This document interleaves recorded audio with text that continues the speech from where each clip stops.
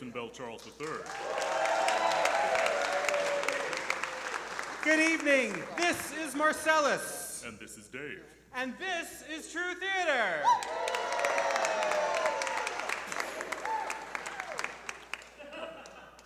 What was that? Well, we're not allowed to have fire in here, so just imagine that I had created a huge magical fireball. Oh, yeah, that would be cool. Right? If you actually made it happen. Well... No fire. No fire. Right, well, we will just have to make the show fire, won't we? Nice save. Thank you. And speaking of fire, how many people are here seeing a True Theater show for the very first time tonight? All right. That's great, but how exactly is that speaking of fire? Oh, well, I needed a segue, and that's what the writers gave me. But you're the writer. Moving on. So I am so excited for all you first-timers. Everyone else, they already know what a great time that they're in store for, but you're here with this nervous anticipation, and at some point tonight, you're going to have that kapow feeling of being like discovering that you're in exactly the right place where you need to be. I'm giddy. I'm giddy for you. You are overselling it. I'm just reading the script. Again, you wrote the script. All right, well... You know what? Let me write this shit. Okay. Every evening of true personal stories that we produce features a theme, and tonight's theme is magic. Right? 5 people, 5 stories, all touching on magic in a variety of ways. And we're doing this without any help. You know what? Don't listen to this man. It actually takes quite a lot of people to make this happen. So for example, the staff and volunteers right here in Cincinnati's historic Memorial Hall do so much for us. So let's show them a little bit of love, can we? Okay. Marcellus is right. We've gotten a lot of help. Also, for example, our Continues to Be Free live stream for all you folks at home is made possible in part by a generous donation from the Northern Kentucky University's media program and Norse Media, which does the live stream. So thank you to them for making that possible and cheap. And we have received a generous sponsorship for tonight's show from Hierophany and Hedge, where you can find magical supplies and bespoke arcana. Right? Now, Hierophany and Hedge have asked that their sponsorship not be anonymous, but mysterious. What does that mean? It's a mystery. And our ASL interpretation of tonight's performance is brought to us, and indeed for every performance this season, by the generosity of Cincinnati State's ASL Interpreter Program and the talents of Dawn Caudill.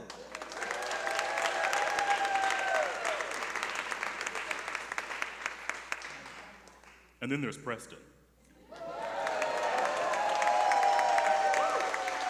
This guy. We're going to hear more about him later.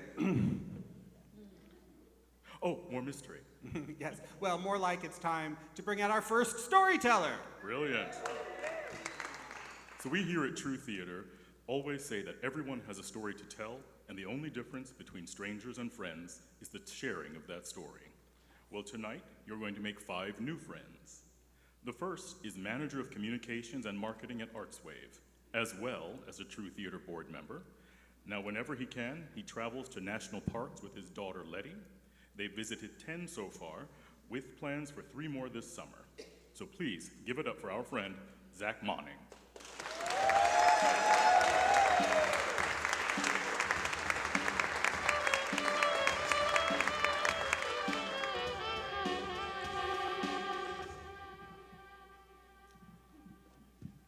My daughter, Letty, made me believe in magic. I think a lot of parents can say that because love is the realest kind of magic, but that's not what I'm talking about. I'm talking about magic. I'm pretty sure she has magic powers. It started about 3 years ago when Letty and I were on a daddy-daughter vacation in California We went to Yosemite, Kings Canyon, and Sequoia National Parks. And we both had a list of things that we wanted to see on this trip, and at the very top of Letty's list was a bear. Because we'd heard that they are pretty common in all three of those parks. And we did our research, and we found out that bears mostly come out at sunrise and sunset, because they're not nocturnal, they're not diurnal, they are crepuscular, which is a very fun word to say. Well, we saw some amazing things in all three of these parks. They're three of the most beautiful places on Earth. In Yosemite, we saw Yosemite Valley, which should have a bigger impact because it is Yosemite Valley. The way I like to describe it is, if heaven is real, and for some reason they let me in, and it doesn't look like Yosemite Valley, I'm going to complain to management. And that's management with a capital M. You know how John Denver said that West Virginia is almost heaven? I think that heaven is probably almost Yosemite Valley. In Kings Canyon, we saw this river that had the most crystal clear water I've ever seen. And on the riverbed, there were little flecks of pyrite throughout the entire thing, so that every time the sun hit the water, which was all the time, the entire river would shimmer like gold. We also saw this little cluster of butterflies, and one of them landed right on Letty's hand. And then in Sequoia, we saw these trees that were massive. They were as big around as this entire stage and many times taller than this building. On our very last day, we were in Sequoia National Park, and we were driving out of the park to our cabin, and then the next morning we were going to be flying back home to Cincinnati. And what we had not yet seen was a bear. And we were talking about all the things that we had seen, and Letty said, "It's too bad we didn't get to see any bears on this trip." And I said, "Yeah, that's kind of a bummer, but you know, we saw some cool stuff, right?" And then she rolled down her window, and she put her head out and said, "I said it's too bad we didn't get to see any bears on this trip." I kind of raised my eyebrows at her, and she said, "I'm going to make them show up." I said, "Okay, carry on." And then she started to sing, and it was a song she was making up on the spot, and I don't remember all the words or the melody exactly, but it was something like, "I'm glad I'm not seeing any bears today. Bears are boring anyway." And she kept that up for about 20 or 30 minutes until she finally ran out of steam. And she sighed and said, "Daddy, I don't think we're going to see any bears today." I didn't get a chance to respond because right at that moment we turned a corner and we saw two cars parked on the side of the road. And this was a road with no shoulders, so that means something. And there were people standing outside of their cars pointing cameras to the woods. And I said, "Letty, I think we're going to see a bear." And I pulled over, and someone came over to tell us what was going on. Does anyone want to guess what we saw? A bear. It was a blonde black bear because apparently they come in different colors. Apparently they named the American black bear before they realized that they came in different colors. So there are blonde black bears, there are black bears, there are even brown black bears, which are different from brown bears because that's a different species that's also called a grizzly bear. It's much more dangerous. The point is, we saw a bear. And we saw it right after Letty said she was going to make them appear. And she said, "I did it." Like she had just summoned this animal by magic. And I thought, what a lucky coincidence. Because this was not when I started to believe in magic. I need a lot more evidence if I'm going to believe in magic. But it was an experience that I'll carry with me for the rest of my life. I even got this shirt at Sequoia because it has the bear on it. About a year later, we went on another daddy-daughter vacation.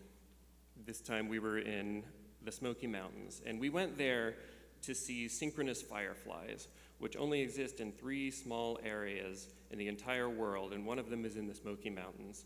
And for 2 weeks out of the year, these fireflies come out at night, and they all flash their lights at the same time. And I won't keep you in suspense. We saw them. And it was amazing. We sat there in the woods and waited for the sun to set so that we could see these first few flashes of light that turned into a few dozen, which turned into a few hundred, and then a few thousand, until the entire forest was glowing with this beautiful bioluminescence. And what I'm getting at here is that if heaven is real, and there are no synchronous fireflies, you get it, you got it.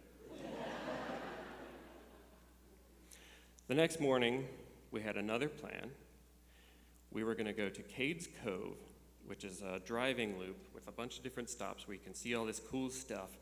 And it's also the best place in the Smoky Mountains to see a bear, because we weren't done with bears yet. However, we had been up late seeing these fireflies, so we got to Cades Cove a little bit late. It was late morning, and as you now know, bears mostly come out at sunrise and sunset, because they're what? You got it. Well, we saw some really cool stuff. We saw these old buildings, these historic sites. We saw mountains. We went on hikes. She's giving me a thumbs up. We saw a cluster of butterflies, and one of them landed on Letty's finger. I feel like maybe I should have taken that as a sign. We even talked to someone who had seen bears that morning. He said, I got here right when the sun came up, so I got to see these bears, and he showed us on his real fancy camera these bears that he had seen, and that was fine. We didn't mind. It was cool, really. Letty got a junior ranger badge, which you get by filling out an activity book at the national parks to show all the things that you've learned, and then they'll give you a badge to show that you're now a junior ranger. It's National Park Week, by the way. I didn't even know that until a few days ago. Yeah. But the ranger who gave us the badge said, well, you've probably missed your window to see bears today, because see, bears, they come out at sunrise and sunset. And I said, yeah, they're crepuscular, we know. Well, we got back in the car, and we were about 2/3 of the way through Cades Cove at this point. And Letty got this look in her eyes, and she said, Daddy, if you want to see a bear, here's what you do. First, talk really loudly about how it's too bad we're not going to see any bears. This sounded familiar. So I rolled down my window and I yelled out, it's too bad we're not going to see any bears on this trip. She nodded, she approved. She said, step 2, sing a song about how boring bears are and how you don't really want to see them anyway. It can be off and on, but it has to be for about 20 or 30 minutes at least. And then step 3 is give up. And Daddy, you can't pretend. You have to really give up on seeing any bears. I was honestly a little reluctant at this point, because I did not want this to be the day that my daughter stopped believing in magic when it didn't work. But I was already committed to the bit at this point, so I had to. So I started to sing. I'm glad I'm not seeing any bears today. Bears are boring anyway. She's a much better singer than me, I promise. But I kept this up for about 20 or 30 minutes, and at that point, we were most of the way through this loop, and it was like noon or a little bit after, and bears are crepuscular. So I decided it was time to call it, and I sort of took a deep breath and braced myself for what might be a difficult conversation. I said, Letty, I don't think we're going to see any bears today. And she didn't get a chance to respond, because at that very moment, I swear to God, we turned a corner and there were cars parked on the side of the road. And there were people standing outside of their cars pointing their cameras into the woods. And I said, you've got to be kidding me. I pulled over. Someone came running over to tell us what was going on. Does anyone want to guess what we saw? A bear? No. 4 bears. There was a mama bear and 3 cubs. Those were 4 of the 6 bears we ended up seeing that day.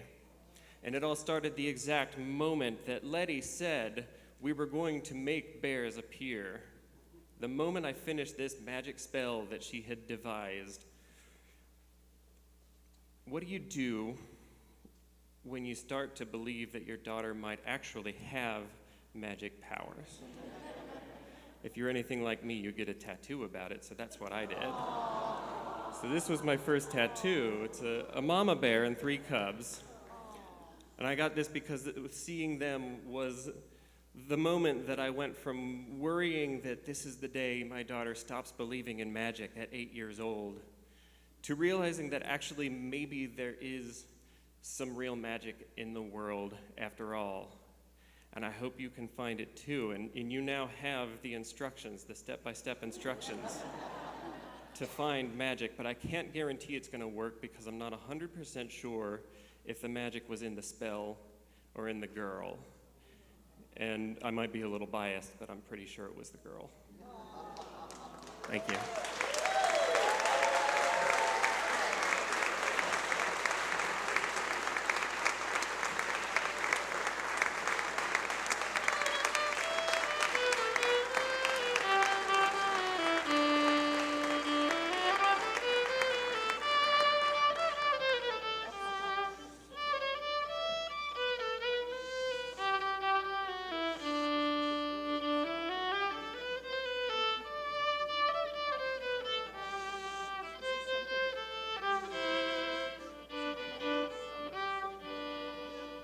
One more time for Zach.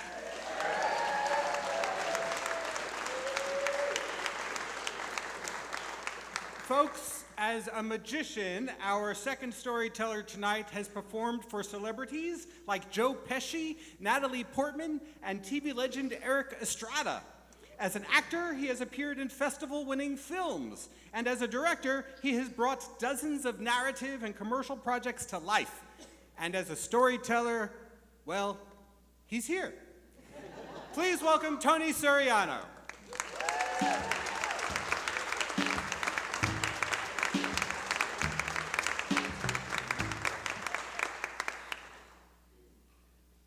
Hi.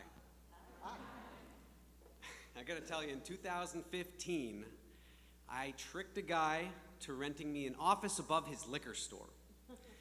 I told him I had a steady income, but really, I was a struggling magician, secretly living above that liquor store, 4 years, practicing magic like a madman. Because I loved magic so much, because it helps you see things in different perspectives and helps you believe in things that aren't there, and then boom, they're there. But I also loved movie magic. And secretly, for 10 years, I wanted to become an actor and work in movie magic, like my dad. But I was shy, and I wasn't that confident in myself. So I had that dream hidden up my sleeve like all my magic for years. Until one day I met a guy that believed in me more than I believed in myself. But first, let me tell you about my dad, Philip Suriano. You may have seen him in a film called Casino, where he gets beaten up, thrown in a hole, buried alive. That's my dad. So I used to have my friends come over, and I'd be watching the movie with him. I'm like, look, that's my dad. He gets killed in movies. What does your dad do? And I studied that film so much. Other kids are watching cartoons. I'm watching how my dad gets whacked. And I had this dream early on about being in a movie with my dad and the stars he got to act with. Years passed, and I ended up in that office, a little office, practicing magic. Now, because I was living in an office, I had no hot water and no shower. So I would frequent the YMCA gym a lot. And I would go there, and after work out, a shower, hop in the jacuzzi, and it was like a 5-star resort. I just loved it. It was awesome. But one day I went, and this gentleman to my right, about my age, he turns to me and he says, "Hey, I'm a magician." There was some other chat in between. That would have been really weird. But I say, "I'm a magician too. This is weird. I don't meet magicians in the wild like this." Because it's rare. It's like meeting a magician in the wild's like meeting your evil twin brother you don't know about. So we hit it off. We go to the gym. We go to the beach. We start practicing magic together. Now, he's a professional magician. I'm an amateur at the time. So I'm like, ooh, maybe he can teach me how to make some more money so I can get a real apartment in Santa Monica, overpriced, and have a shower. It turns out, by the way, his name's Chad Nelson.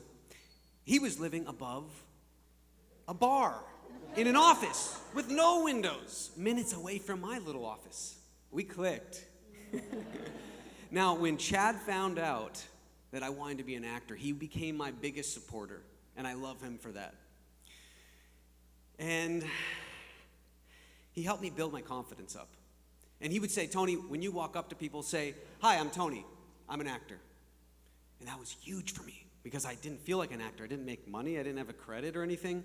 But I started doing it. I started working this and building my confidence. And it helped. It worked. And that's when my dad got the call. He booked a film called The Irishman by one of my favorite directors called Martin Scorsese. And I was so excited. "Dad, let me see the script." "Oh, there's a wild son in this script, and it's your son. I could be the wild son." Okay, reality check. What I then said, "Hey, Dad, can I go on set with you and support you and observe? That would be amazing." Now, my dad, short Italian, he turns to me and goes, "Tone, I'm only on one day in New York. I haven't seen these guys since Casino. I can't ask favors." I'm like, damn, okay. He knows the industry. I'm disappointed, though. But my wacky brain says, ooh, what if I crash the set in New York? I'll get on the film set somehow. I don't know. So I told Chad all about this, and we talked, but there was this debate going on. And I found out the dates of the shoot. They were the same dates that I already booked for my out-of-country trip to go propose to the woman I fell in love with. Uh-oh. But I had a lot going on. Like, maybe I should postpone it. She'll forgive me. This is my only chance. I should fly to New York. So it was a big decision. I charged it on a credit card. I said, "Please forgive me. I'll see you after the film." And I went to New York. And I'll never forget, before I went, Chad and I went to go print my headshots, my actor headshots, because I'm going to go to New York and say, "Hey, look, I'm an actor. Put me in the movie like my dad." Didn't really have a plan, but I had this feeling. And then Chad, we're in this car. We're driving.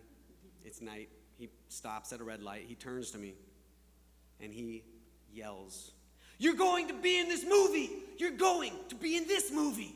You're going to be in this movie!" I had chills. And I felt like it was real. He had conviction in his breath. So I went to New York. Walking in New York. 2 days pass. I can't find the casting director. I'm like, I don't know what to do. My dad doesn't know I'm here. No one really knows I'm here. Oh, I have one contact. He's an assistant on the film. Let me call him. "Hey, my dad's in the movie. I'm in New York. Can you get me on set?" He's like, "Let me see what I could do." So some hours pass. It's getting dark. Let me call my dad. "Hey, Dad, I'm in New York. I postponed the trip. I want to visit you and Grandma. Is that cool?" Because he was already at my grandma's house near the film set. That's where she lived. So I go over there and walk in. I don't know what's going to happen, but the first thing my dad says, he's looking at his cell phone. He goes, "Hey, Tone, did you talk to production? Because they said, Phil, your son's able to come on set." "Oh, really? Oh, that's amazing. That's interesting. Okay." Didn't even tell him what happened. So the next day, I'm walking on set with my dad. We go into his trailer, and the other thing he says to me there, he goes, Tone, look, I haven't done this for a while. Like, if you're watching, don't get in my eye line, all right? It was just hilarious. I'm like, Dad, don't worry, I'm gonna be a fly in the wall. So I get to set. I'm on set watching Joe Pesci, Robert De Niro. These guys have been in great films like Goodfellas, Casino. And then I see Scorsese. They're all talking. And I'm just standing here, observing. I'm just feeling this. And Joe and Scorsese start talking to each other, pointing my way. I'm like, what are they looking at? Then Joe Pesci, if you don't know who Joe Pesci is, he's a short gangster Italian with a high voice. He goes, hey, Tony, come here. I know Joe a little because him and my dad worked in some movies. I go up, I say, hey, Joe, what's up? How you doing? He goes, you're going to be in this scene. There's no lines or anything, but you're going to be in the back, and you're in this thing, though, so can you handle that? Yes, Joe, I can totally handle that. I'm excited. This is amazing. Yes, I'm ready. But don't fuck this up, or I'll smack you in the head. You understand? I'm serious. Joe Pesci's serious. I get it. I'm totally ready. So I fly in wardrobe. I go into makeup. They put a tattoo on my arm. I'm just getting ready. They slick back my hair. I fly to set, and I'm there, and they're about to roll. Then Robert De Niro walks up to me, looking at my hair, and he goes, in the 70s, the sideburns were higher. Can we cut your hair a little? Yeah, do whatever you want. He grabs the hair clippers from the hair lady, starts giving me a haircut on set. I'm serious. This was hilarious to me. I enjoyed the whole moment. Boom, cameras are rolling. All right, Joe Pesci over here, my dad. De Niro over there. I have my hands on this counter. I'm looking at Joe like, F you. That's the face. And they're having this conversation. They're improvising. And Joe Pesci, he whispers to my dad. He goes, you got a wild son. You got to control him. My dad goes, I understand. You know, I'm going to do something about this. So guess what? I didn't mess up this scene. So Joe didn't have to hit me in the head. But the scene kept improvising. And then my dad walks over to me, and he smacks me in the back of the head and goes, what's the matter with you? And I'm like, what? And then Martin Scorsese, the director, calls, cut. Tony, I loved it. Let's do that again. That was magic. No, he didn't say that was magic. But he said the other stuff. And I took in that movie magic moment, because that's what it was. And finally, I called Chad, told him everything. We were talking about it. I thanked him for supporting me. And then finally, the premiere of The Irishman finally happened at the Chinese Hollywood Theater. Famous. And sitting next to me, it's not Chad, no, of course not. It's my wife that I went back and married and brought to sit in that seat. Sorry, Chad. I got to make up to her somehow. So she's there. We're just in this zone. Celebrities everywhere. And then my scene comes up. I'm so excited. There's also a pit in my stomach. I get hit in the head. My line stays in the movie. And I'm like, I'm an actor! Now, I didn't say that either, but everyone laughed because they loved this funny scene. I felt amazing. And again, that was true magic. It was street magic to movie magic. And it's something I'll never forget. So, Chad, we're still friends today, and he was my best man at my wedding. It was awesome. And me, I'm still a magician. I'm an actor. I'm a filmmaker to this day.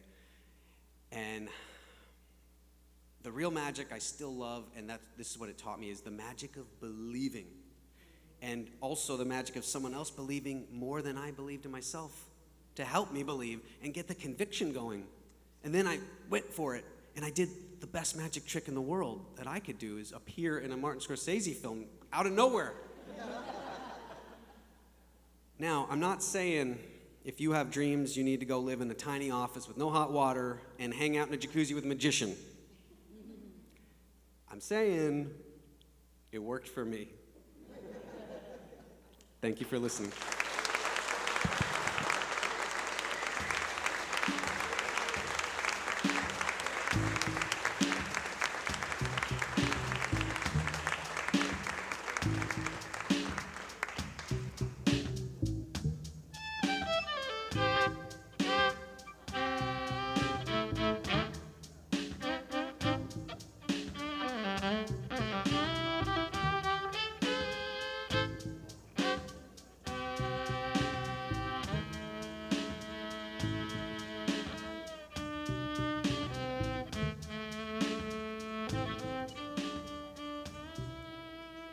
One more time for Tony.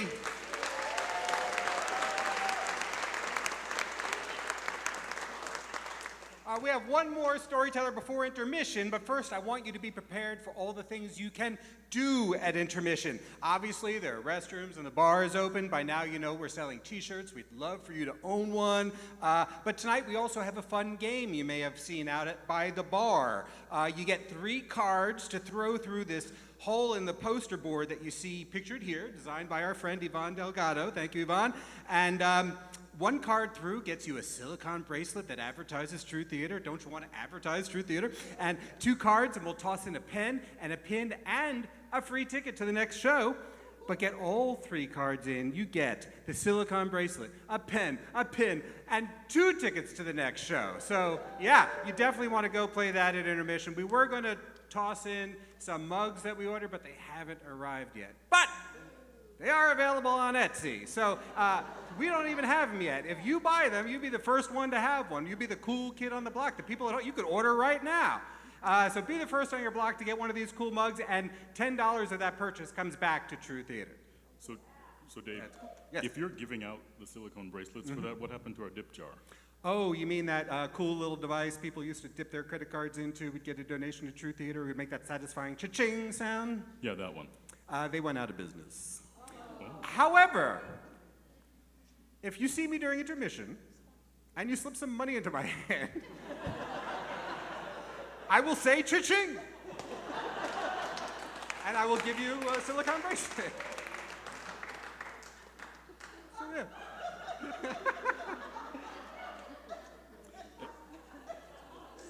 Any amount? Any amount. Are you sure? Try me. And and all this goes to True Theater? 100%. Will you take coins? Let's call that another mystery. You know, one last question. Is this a joke, or are you joking? You know, when I started writing it, I wrote it as a joke, but I do have 10 silicone bracelets in my pocket. And I will be walking around at intermission. And if you stuff money in my hand, I will say cha-ching and give you one of these. Even $1. Try it. Is that the only way that people can make donations? No, to no. True Theater? We're always happy to accept donations. There are lots of ways. You can text True15 to 44321. You get a link back that gives you easy, follow instructions for how to make a donation. You could scan that QR code, of course, and let's see. And you should know that all of our donations are used to help keep the live stream free, help us buy new merchandise like the mugs, which haven't arrived, help us advertise on such places like WVXU. Speaking of, did any of you hear our spot on WVXU? Okay, we got a few people. I'm really glad to hear that. Me too, just you and me. That's 2 more people than the last show. Every little bit helps. We're grateful for even $1, honestly, and, stick it in my hand and make me say cha-ching. End of plea for donations.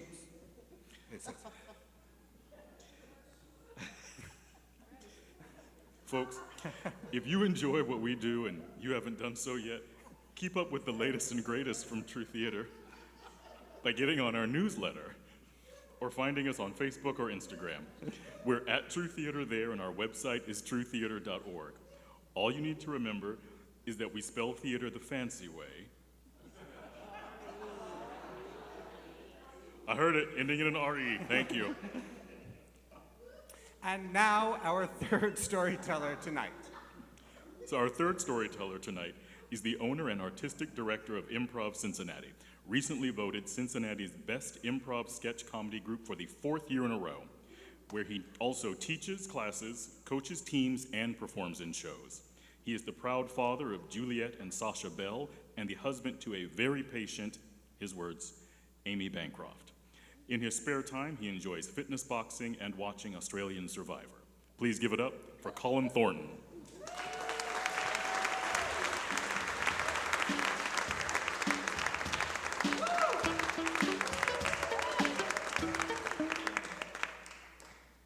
I love that this event is called trueMAGIC, because for the last century, magicians have been the biggest advocates for knowing and understanding the truth, dating back to Harry Houdini, who used his knowledge of magic and how people can be fooled to debunk psychics, frauds, and charlatans. And it was my experience as a parent that put me on a collision course with the magicians living today who are continuing the legacy and carrying the torch of Harry Houdini himself. It started for me 20 years ago when my wife was pregnant with our first daughter, Sasha, and I was soon to be an at-home dad. I was so excited, I even attended the At-Home Dad National Conference. There's a national conference for everything. They taught us how to braid our daughter's hair. I don't remember, but it was a lot of fun. And when you're a new parent, there's a lot of information out there. Some of it's I would categorize as good, some of it contradictory, and there's a lot of it that is bad. And there was one particular article that I came across when I was voraciously reading these parenting books. It was in Rolling Stone magazine, and it changed the course of my life. I personally would categorize this article as bad information. It was by an author, I'm not sure if anybody's heard of him, not sure what he's doing today, Robert F. Kennedy Jr. You can boo now, no. And this article said that vaccines were the cause of autism and that the government was covering it up. So this was a very scary thing for new parents like myself, because we're left with the dilemma: do we vaccinate our kids and potentially give them autism, or do we not vaccinate and potentially give them fully preventable diseases that could kill them? You know, in retrospect, not that big of a dilemma. Deadly diseases are bad. Try to keep that in mind. But his article left me with a question, and I'm the type of person that will seek out the answers. And when I was looking for that answer, which, by the way, vaccines are not the cause of autism, I found that it was a certain group of people that were sharing the information that also shares my values of science, critical thinking, evidence, and the natural world. It was a group, more like a movement, but it was a group of people called skeptics. And skeptics have a PR problem, because when you hear that name, you might think cynic or doubter, or even worse, climate change skeptic, which they should really be called climate change denialists, let's be honest. But skeptics believe that climate change is man-made and is real because that's what the evidence shows. And skeptics believe that vaccines are safe and effective and probably the best thing that man ever invented because that's what the evidence shows. But the interesting thing about skeptics is that they fill a niche in science that others don't, and that is that they assess fringe claims also. So things that other people don't really take seriously. For instance, paranormal claims, ghosts, psychics, monsters, aliens. Things like alternative medicine, acupuncture, chiropractic, homeopathy, and pseudoscience, conspiracy theories like did Lee Harvey Oswald kill JFK? All the info is out now. He definitely did. You can read it all. It's all been released. Thank you, Trump. But I found my jam with skeptics. I dived in deep because I love a good mystery, but I also love having answers. And I love that skepticism also, when they didn't have the answer, they said, I don't know. It's okay to say, I don't know sometimes. I started a blog and a podcast for science-based parents, and I was super excited because some of the people I got to interview were Julia Sweeney from Saturday Night Live. You might remember her as Pat. Pat. She just had a one-woman show about being a free-thinking parent. John Flansburgh from They Might Be Giants. He released the new science CD, Science is Real. And I also got to talk to important people as well.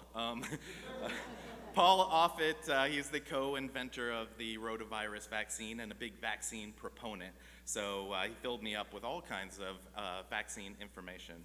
And my podcast was just interesting enough that it was getting noticed by people, not getting me any money. If you want money, don't start a podcast, I recommend. But just enough attention that I got invited to the National Conference for Skeptics called the Amazing Meeting. That's right, there's a conference for everything. The Amazing Meeting was named after and created by James the Amazing Randi. This guy, have you heard of James Randi? Clap if you have. All right, very nice. Well, I'm about to school you if you haven't. James Randi, he looks like a wizardly magician. He would be Dumbledore if Dumbledore was short and Canadian. And he patterned himself after Harry Houdini. He was an escape artist back in the old days, and he debunked psychics, frauds, and charlatans. He's known for the $1 Million Challenge.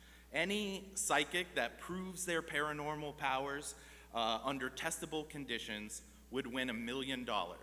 And I can tell you, there's a lot of psychics that tried, and all of them failed. So I was so excited to be going to the Amazing Meeting where I could meet James Randi. He would be there every year. There was also some big headliners, people that you know. Neil deGrasse Tyson, Bill Nye the Science Guy, Richard Dawkins, Penn and Teller, and me. Yeah, that's right. I am not as important. I was just on a panel for parents. It was for a science-based parenting panel, and they said you can talk about whatever you want to talk about. And I wanted to talk about a PR problem that I was noticing in the skeptics community, and that was the fact that skeptics a lot of times were being dicks online. On social media, they were just being really aggressive and jerky when, when you're telling people that they're wrong, there's a good way of doing it and a bad way of doing it. I myself was I wasn't victim, I was guilty of this. And my brother pulled me aside and he was like, you need to understand that when people see you debunking and arguing and being so passionate about it, you look like a dick. You're the crazy one. And that's a good thing to remember. So I wanted to share that at the panel. They said, you can talk about whatever you want, and I said, I want to talk about don't be a dick. I really want to know what she's signing for Dick. I'm like so curious. I'll watch it back someday. Anyways, I know you guys are looking over there. Anyway, I thought that the panel went okay. I was really happy with it, but afterwards, one of my fellow panelists marched up to me, and his name was Jamie Ian Swiss. He's a noted magician, prominent skeptic. He started New York City Skeptics, and he was a big deal. And he was an angry magician because he came at me and I could tell he was not happy. He has a thick Brooklyn accent and he said, I didn't like what you said about don't be a dick. Okay, irony much? He said, skepticism was started by dicks. James Randi is the biggest dick of all. How dare you come to his conference and say, don't be a dick. Wow. I don't know about you, but I felt threatened and embarrassed. When you feel attacked by somebody, you have one of three reactions: fight, flight, or freeze. I chose option 4, sarcasm. So ironically, both of us were there being dicks after this don't be a dick talk. But I said, I don't worship James Randi. I don't have false idols like you do. I'm really trying to get under his skin. These are the things that bother skeptics. I said, just because James Randi, runs this conference doesn't mean that he can't be wrong. And technically, all those things are true.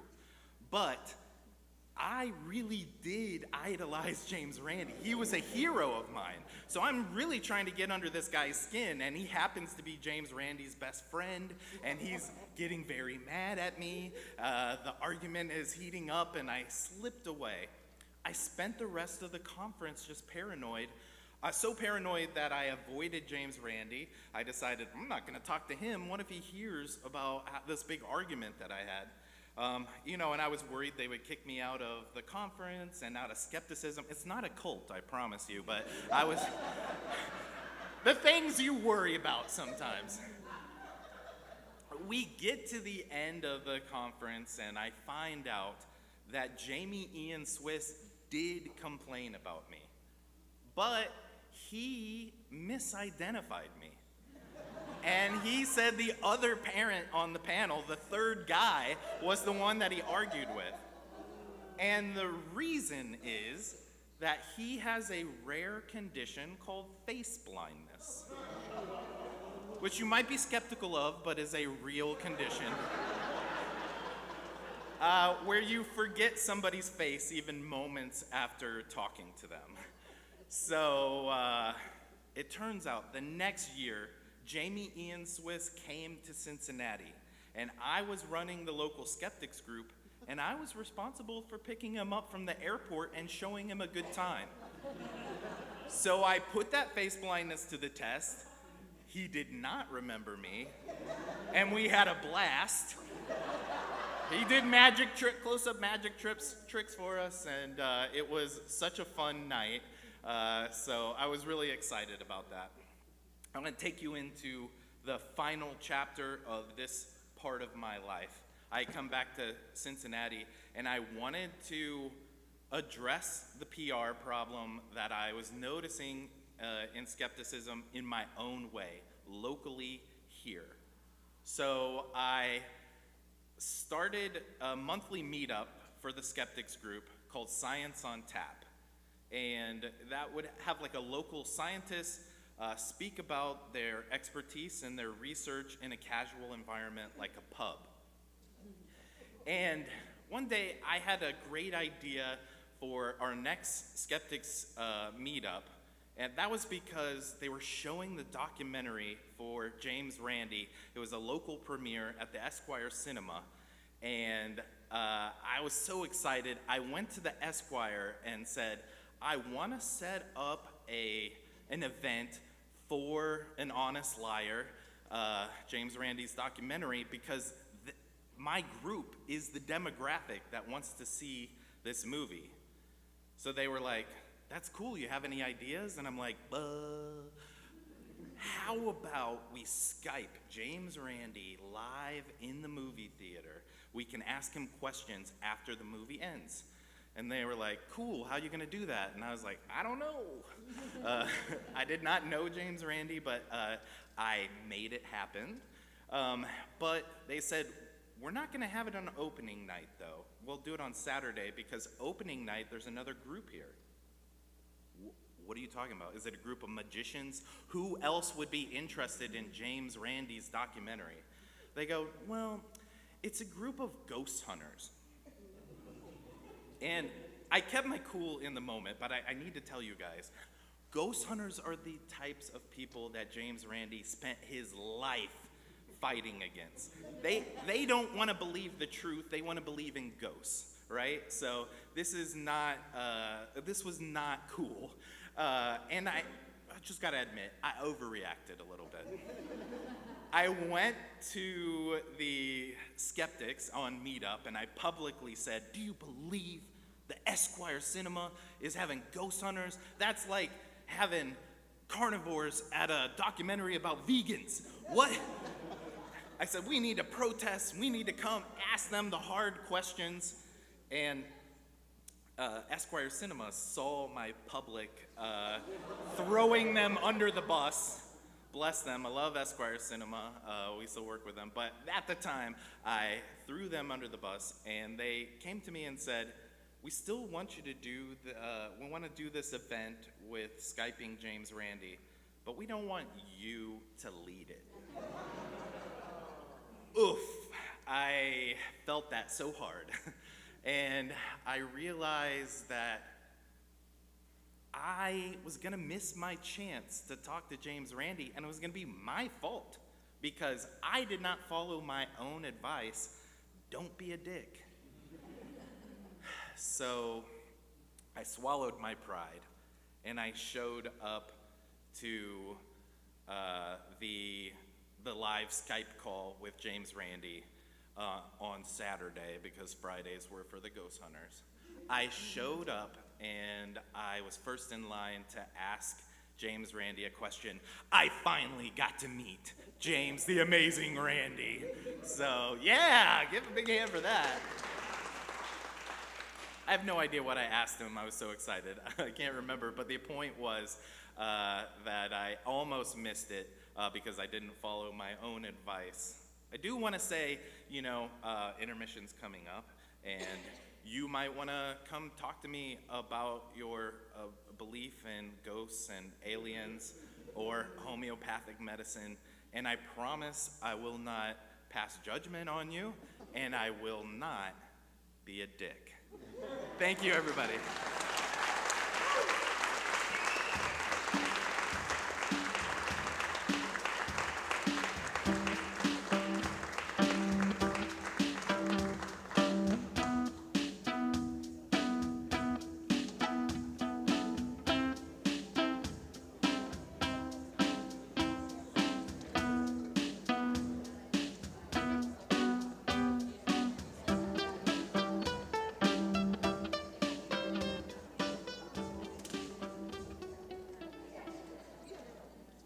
Give it up again for Colin.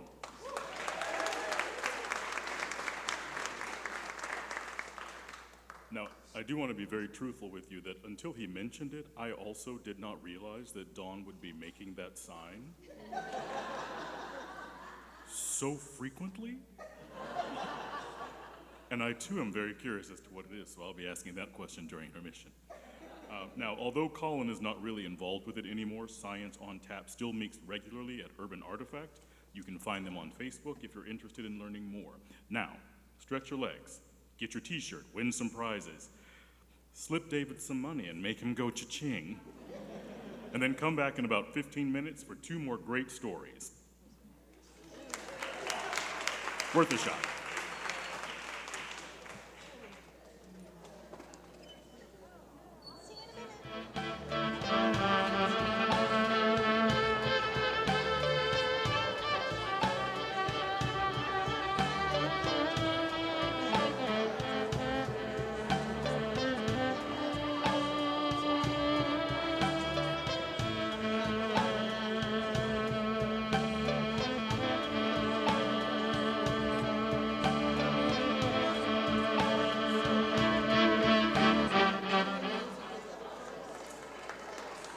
Preston Bell Charles III.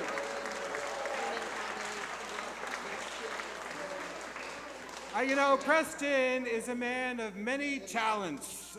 In addition to playing his violin, which he does at gigs and open mics and street corners around town, and teaching violin, he drives for his father's funeral home, takes care of his 2 kids, gardens, and if he could squeeze anything else into his schedule, he even makes documentaries with ArtsWave grants. So yeah. You could see his work, hear him play by going on to YouTube and Reverb Nation, CincyMusic.com, SoundCloud, all the places, Instagram, Facebook. Just make sure when you search for him, you search for Preston Bell Charles III, because Preston Bell Charles or Preston Charles II Jr. or Or simply Preston Charles? Well, that's his dad, and he owns a funeral home, so all his social media has a completely different vibe.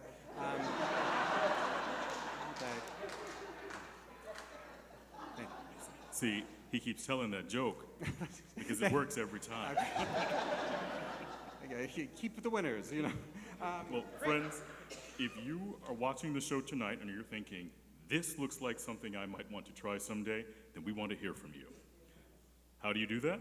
By writing us at stories@truetheater.org or by visiting the Share Your Story page of our website.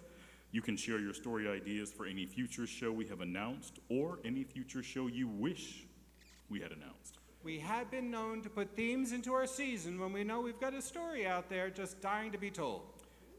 And for our very next show, True Sign, we are hosting another pitch night on Tuesday, June 17th. Get your phones out, put it in the calendar, at a venue to be determined later. I don't see any phones coming out. What's happening? This is another reason to be following us on all the socials so that you can hear about it when we announce where this pitch night is going to be. Yes, so if you have a story with a theme that has to do with a sign or signs in any of the many ways the word sign may be used, mark that date on your calendar. What date? June 17th. There you go. Nice. And keep an eye out for the big announcement on where you can find us to pitch that story on Tuesday, June 17th. Repetition. Love it. Our next storyteller? Yes, our next storyteller. So our next storyteller tonight moved to Cincinnati in 2022, is originally from Dayton, but considers herself a Chicagoan, having called it home for many years before COVID. She has been a professional actor, dancer, and choreographer for over a decade. She also bartenders and says she knows far too much about wine, but I don't know how one can know too much about wine. She loves to travel. Her favorite place to visit is southern Italy, and she feels most connected with herself when she's by the sea. Please welcome Alaska Stoughton.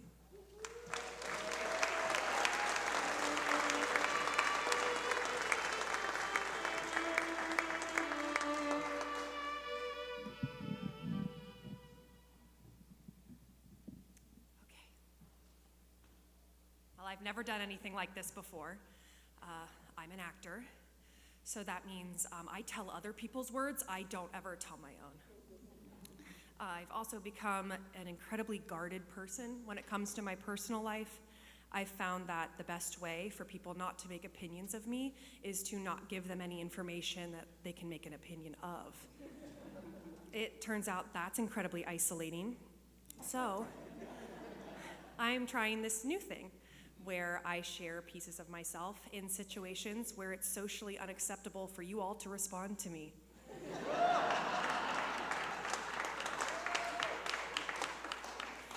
I'm kidding. I am going to be okay with the fact that I'm sharing pieces of myself and that you will make opinions of them, of me, whether they're good or bad. I'm a witch. Thanks. I don't know if I like using that word yet, but I usually just tell people that I'm spiritual, not religious. I like parts of paganism and witchcraft.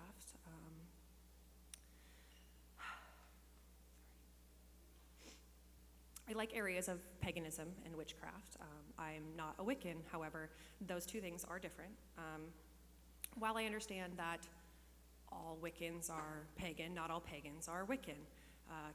A Wiccan has beliefs and gatherings, and it's more of an organized religion, and that's something that I kind of stray away from in my own personal practice. I wasn't born a witch. My parents weren't witches. I actually grew up within Christianity and Catholicism. And I grew up as a product of the 90s, a proud millennial. I watched things like Charmed and The Craft and Practical Magic, and I read books like Harry Potter and Chronicles of Narnia, and somewhere along the way, I realized that there were a lot of similarities between the magic I was reading and Catholicism. So my prayer became a form of spells, and I traded my rosary for other crystals like quartz and amethyst. I read a story in the New Testament about predicting a birth and following a star, so I too looked to the sky for guidance. Scientifically, I learned that the moon controls the tides, and humans are mostly water, and the full moon does affect our behavior, so how is that any different than zodiac or our star charts? So The main thing that I realized, the difference between the two, is that with Catholicism, I had to go to a priest or a pastor for my connection to the Creator. And with paganism and witchcraft, that I could create that connection with myself. And if this all sounds really weird to you right now, imagine how it feels sitting across from me on a first date. So, dating for normal people is already unbearable. I thought, why not make it harder? Especially when you're dating an engineer. Yeah, you can imagine how that went. So we met on a dating app. His name was Caleb. We met on a dating app. That's how normal relationships, regular modern relationships meet now. And we went to the art museum, and we looked at paintings of ducks. And I liked this one painting. I liked the serenity of the colors. The ducks were flying. I was kind of excited. I said, well where are the ducks flying to? And his interpretation of the painting was to explain the aerodynamics of birds mid-flight. Fascinating.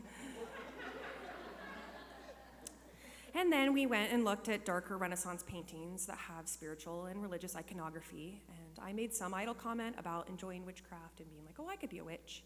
And he kind of laughed like I meant a Halloween witch with a pointy hat, a bubbling cauldron.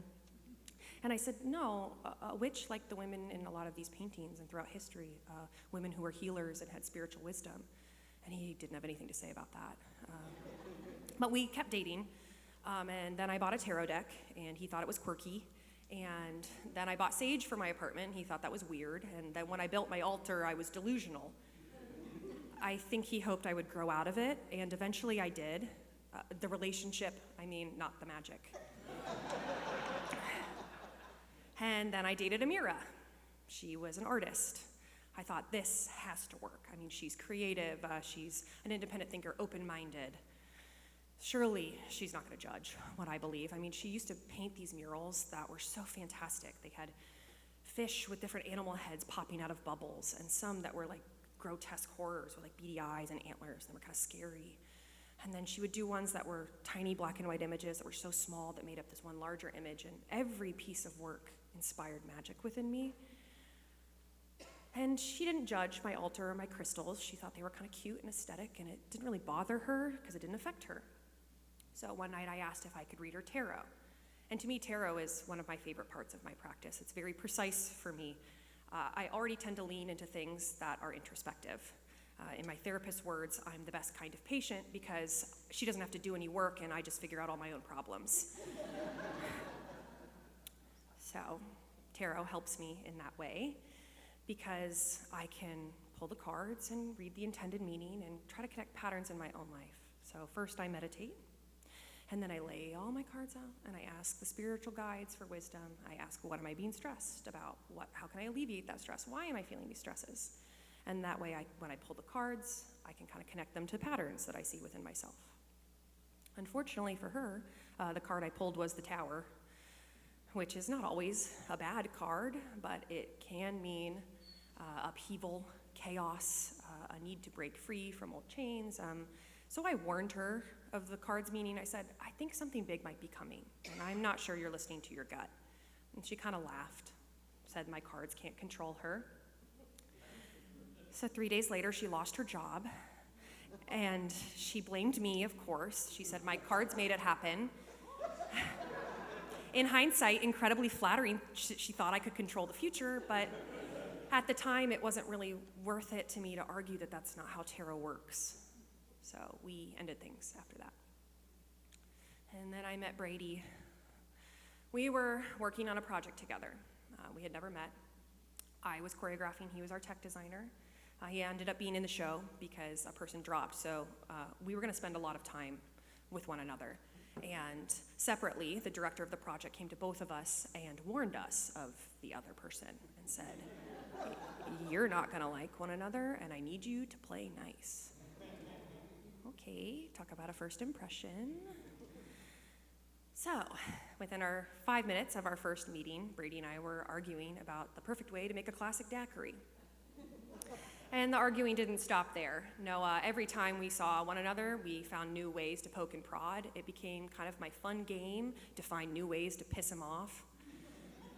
And I'm sure that was incredibly exhausting for all of the people that we were working around. Some of them are here and they're laughing, which means it's true. So, as a way to kind of get everybody to bond, the director decided that we should go to the Renaissance Festival. Finding common ground at an event where there's excessive day drinking is a great plan. If you've never gone to the Renaissance Festival, it's costumes and characters and trinkets and turkey legs and things that witches love to indulge in. So within the first hour of walking around together, my spiritual beliefs were outed by the director. Not maliciously, of course, but because the director is also a witch. They're just very open about it, and I am not. Alas, gone was any chance of subtlety in mentioning my practice around Brady. I kept looking over at him to gauge his reaction to what we were talking about. Crystals and tarot and altars, and I'm kind of looking over oh God, I can feel this argument bubbling between us. So to get ahead of this incoming argument, I all but yelled at him, "I'm a witch," a real come at me bro kind of situation. And to my surprise, he said nothing. No, he just kind of looked at me and said, "Okay, tell me more." Weird. That's not how I thought that argument was going to start. So I told him similar things to what I've told you all this evening. And we didn't argue. Actually, we found common ground together at the Renaissance Festival with our mead and turkey legs. And I don't know if I was feeling nice in that moment, or if I was drunk on mead, or if I just was hoping that I could find someone that would listen to my side of the story and not judge me, someone that could erase the fears I have of telling my story with others. It's just all that I wanted to find in a person. And so we went about the rest of the Ren Fair. No arguing had to be seen, at least about witchcraft. There were probably other arguments. And then during Tech Week, he bought me a quartz crystal that he had charged under the full moon. He thought I could use strength for the upcoming week, and he thought it would look good on my altar. And then a couple weeks later, I read his tarot, and I pulled the Ace of Cups, a card that means the start of a new relationship. And then when we came back from New Orleans, we brought home an entire suitcase full of spiritual artifacts and trinkets that we put together on an altar that we built with one another. And our wedding is in November.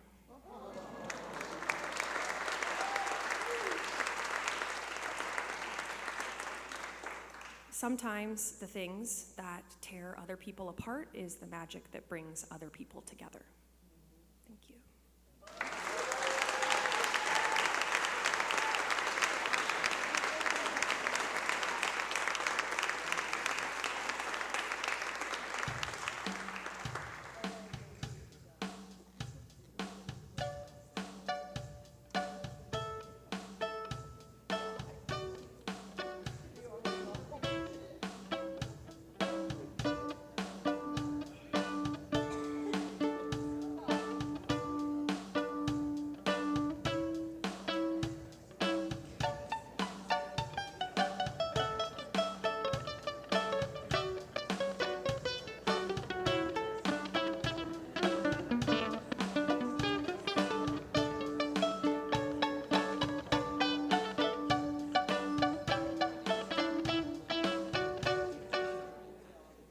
One more time for Alaska.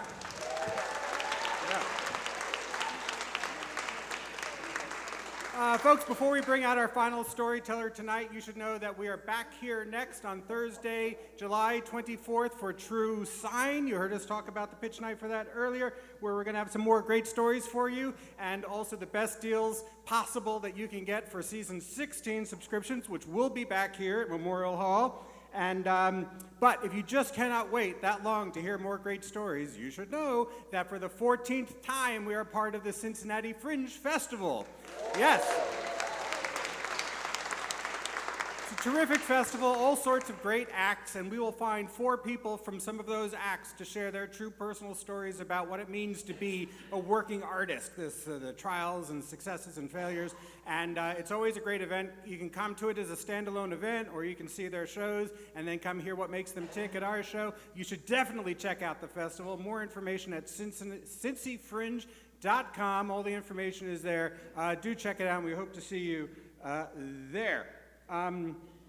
But before you go to CincyFringe.com, our final storyteller.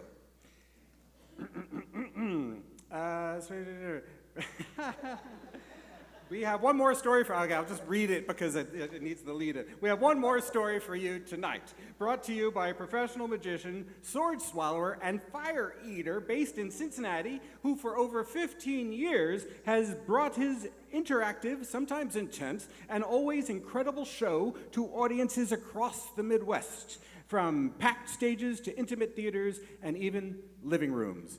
Please welcome Dan Luckett.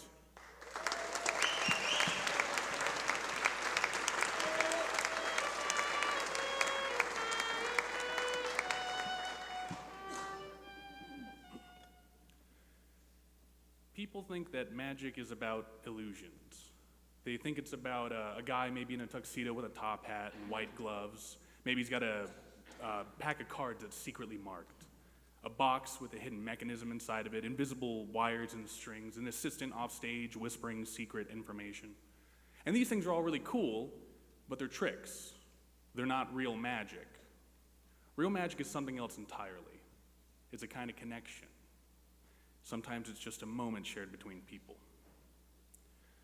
In the magician world, I'm referred to as what's called a gig grinder, and me and my magician and entertainer buddies, we joke that we're on the front lines of entertainment. We don't do the fancy schmancy stuff. We don't usually have big stages. I don't have a stage in Las Vegas with a line of showgirls and assistants back there to make me look really good. No, I show up to a gig, and sometimes it's really nice like this, but usually I got to set up my own PA system. I have to organize my own props. There's no such thing as a green room. It's oftentimes, here, entertain these drunk people, or here, entertain these really annoying little kids. Sometimes it's nice. I started I was working at an ice cream shop in Dayton, Ohio, where I'm from. And I was a magician later in life. I began when I was about 18 years old, and it happened because I was at this ice cream shop, and I was working with my high school sweetheart, and she dumped me and broke my heart. And that was difficult enough, but I had to keep seeing her at work, like almost every single day. And out of nowhere, I just kind of remembered this card trick that my dad taught me when I was a little kid, and it wasn't anything super incredible, and he wasn't a magician. Later, I kind of realized it was actually sort of a bar trick. But what would happen is people would get their ice cream, they'd come down the line, I'd ring them out, and I'd say, do you want to see a trick? And they would say, no. And I would say, oh, please. I would say, oh, please, and they would go, okay, and some people were nice and really wanted to see it. And the trick was cool because they would take a card out, it would disappear from the pack, and it would reappear in the tip jar. And so people liked working with me because hopefully we got more tips. I did that for about a year at this ice cream shop, and eventually a guy came in to do balloon animals. The ice cream shop had hired him. He's now my friend Shane, and he saw me doing magic, and he said, hey, you should come to Cincinnati, and you should see if you want to work for my circus company. And I said, that sounds weird, but we'll see. A week later, a girl named Emma, who's now a close friend of mine as well, Emma came, and she was doing face painting, and she said, hey, you should do magic for my circus. Come check it out. And I said, all right, fine. A week later, I went to Cincinnati. I tried out for the Cincinnati Circus Company, kind of a mini audition, and I was hired on the spot. A week after that, I quit Graders. That was when I was about 19, and it's been history ever since. I work 250 gigs a year. I do all sorts of entertainment. I eat fire. I juggle dangerous objects. I have had crowds of 3. I have had crowds of 3,000. I have been in living rooms. I have been in banquet halls. I have worked county fairs in the hot, hot sun. I have worked company picnics in the hot, hot sun. I have worked kids' parties in the frickin' hot, hot sun. Middle of July. I one time got to fool a group of lawyers with my comedy mind reading act, and that one was particularly fun. I learned a bunch of different skills, and there's all different kinds of magic. There's mental magic, maybe I read your mind or I predict the future. There's visual magic, where maybe you take a cube that's mixed and shake it, and it's solved.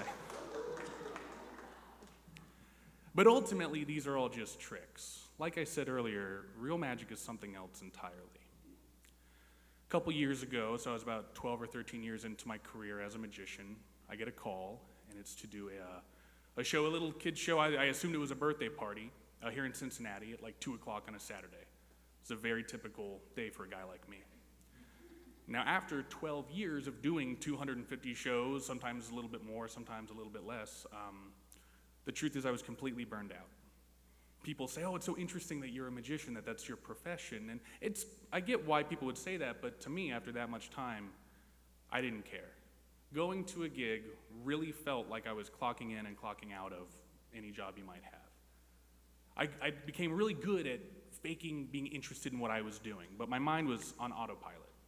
The lines, the jokes, the movements, the sleight of hand, who I would even pick, it was all pretty much predetermined at that point how it would go. I'd become calloused, and I forgot that there's a lot of power in the connection you can make with anybody. So Saturday, I go to these nice people's house somewhere in the suburbs in Cincinnati. I thought it was a kid's magic show.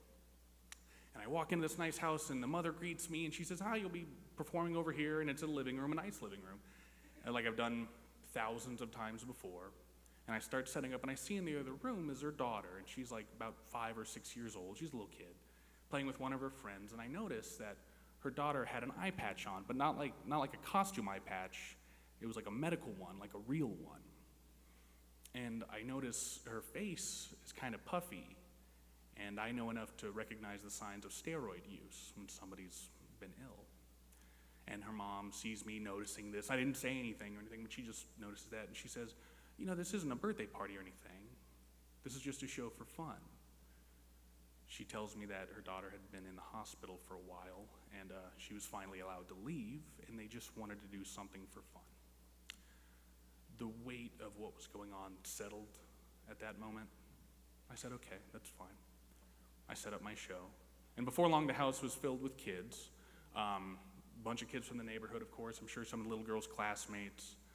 I'm sure the parents had invited their friends that have kids, and so it was probably, honestly, it was probably about 30 to 40 people all packed into this living room, and I began my show. And I did my regular show. It is interactive, it's silly, loud noises, silly faces, all the things that I know that a kid's show should have after years of doing them. But this one felt different. I was more present. When I was making the silly faces, I was really seeing them connect with everybody. When I was telling the jokes that the kids didn't quite get, but that were kind of tongue-in-cheek for the adults, but the kids laughed anyway, I was really connecting with that.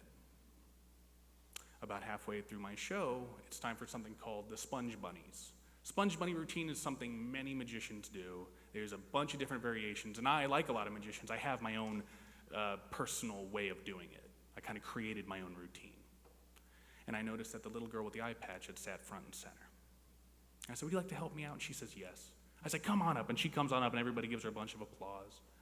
And I say, what's your name? And she tells me her name. And I say, what do you do for work? Do you play the stock market or own a business? And she giggles because she doesn't really know how to answer it, and her friends are giggling too. I say, give me 5. And she high-fives me, and I go, oh my gosh, you're so strong. And they're all laughing because it's such a ridiculous thing. I've done all this thousands of times before, but I was more present. I was right there actually doing this routine and having a good time with everybody. And I said, what's that behind your ear? And I reached behind her ear, and I plucked a little sponge bunny rabbit about the size of my palm. And she's laughing. She doesn't know where it came from. The audience is laughing. It's kind of a weird thing to have come from behind your ear. And I say, look, do you know who that is? And she says, no. And I say, that's Peter Cottontail. And I go, oh, wait. And I pop from behind her ear another bunny rabbit. And I go, that's his wife, Penelope. I put one bunny on my head, and I say, would you like to hold the bunny rabbit? And she says, yes. She puts her hand out. I put one bunny in her hand, and I say, close tight. She closes her hand. I put the other bunny in my hand, and I say, now say abracadabra. She says abracadabra, and I go, he's gone. My bunny has disappeared. I say, open your hands. She opens her hand, and both the bunnies are right there. She's laughing. The audience is having a great time. They really don't know how that's done because, guys, it's not a super flashy routine, but it's just some really good sleight of hand and a lot of fun. It's some good lines and some well-placed misdirection. I then take both the bunnies. I say, we have Peter Cottontail and his wife Penelope. Would you like to hold both the bunnies? She says, yes. I put both the bunnies in her hand. I say, squeeze really tight. And she squeezes. She pulls my finger. I say, don't pull my finger. That's a different trick. I tell you, it's got lines built right in. She's squeezing them, and I use one of my other favorite lines. I say, now say the magic words, prenuptial agreements. And she's laughing because she doesn't really understand how to say those strange words, and the adults are laughing at the joke behind the joke. She squeezes really tight. And I say, now open your hands. She opens her hands. 8 bunnies fly out of her hands. They're on the ground, they're all over, and she screams, and her face is turning red with laughter, and the audience is so surprised, and they're laughing, and they're already clapping without me even having to tell her to take a bow or anything. It was a really wonderful moment. I was really present, and I think everybody else in that room was too. I thank her. I say, wow, they had 8 babies. They must be Catholic. And once again, the kids laugh because the adults are laughing. And I say thank you, and I send her on her way. And then I did the rest of my kids' show. It's fun, it's interactive, silly faces, all that. And it was a great time. About 45 minutes altogether, really. Then at the end of my show, I'm packing up, and the kids are running around the house with balloon swords and cupcakes and screaming and having a good time. And as I head for the door, the little girl's father stops me, and we talk for a minute. He kind of says the same thing we talked about before with the mother. He says, thank you so much for being here. My daughter's been in the hospital for a while. She's been sick. And I could tell that this was difficult in a way that I didn't understand. I don't have a kid, and I don't know what it'd be like to have a child who's sick like that, but they threw a party just for fun. I thought it was a birthday party because that's just what my mind went to. It never occurred to me that this was more important than that. I shake his hand, I get in my car, and I call my boss, Dave. He's one of my best friends. He runs the circus. He's taught me so much, and I call him and I say, hey, thanks for letting me be a part of this, man. I don't know if you know this, but the kid was sick. And he says, yeah, we knew. Thank you for doing that. It was really special. I wanted you to be on this. And I told him, I said, I was so thrilled to be part of this, and everybody was so great. I don't want you to pay me. And he says, that's really cool because I didn't charge them anything. And that was cool. I was like, way to be, Dave.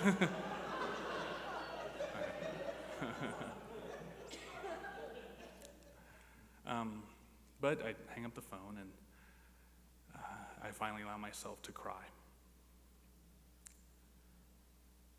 Less than a year later, several months, my office gets a call. They tell me that the little girl had passed away.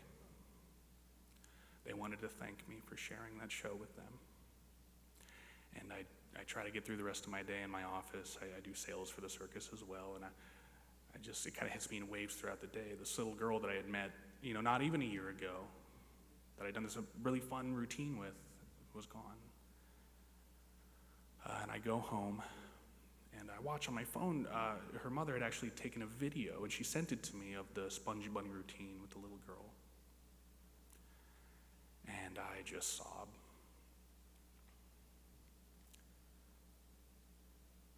People ask me, what's your best trick? What's the best magic trick that you know?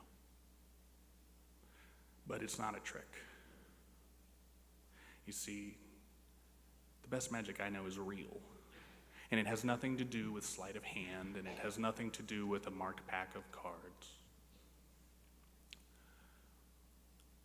Magic can be just a moment, a 45-minute show, a 5-minute routine. All it takes is to open your hand.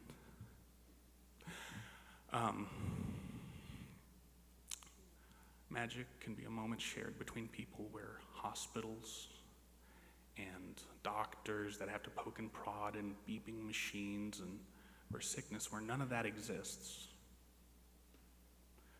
Real magic is a handful of impossible bunnies and a very sweet little girl with a big laugh. Thank you very much.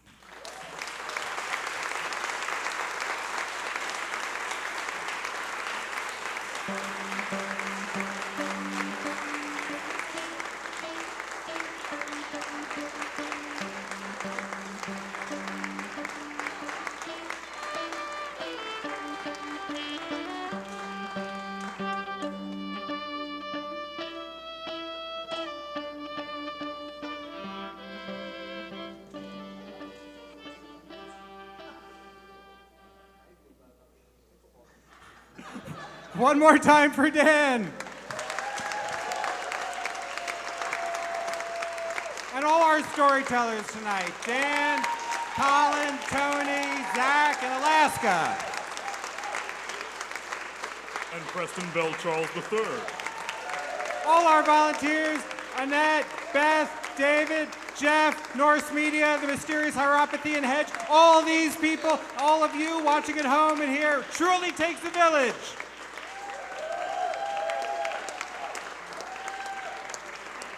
And whether we see you next at True Friends 2025, at Pitch Night for True Sign, or back here for True Sign on July 24th, until next we see you, Be true.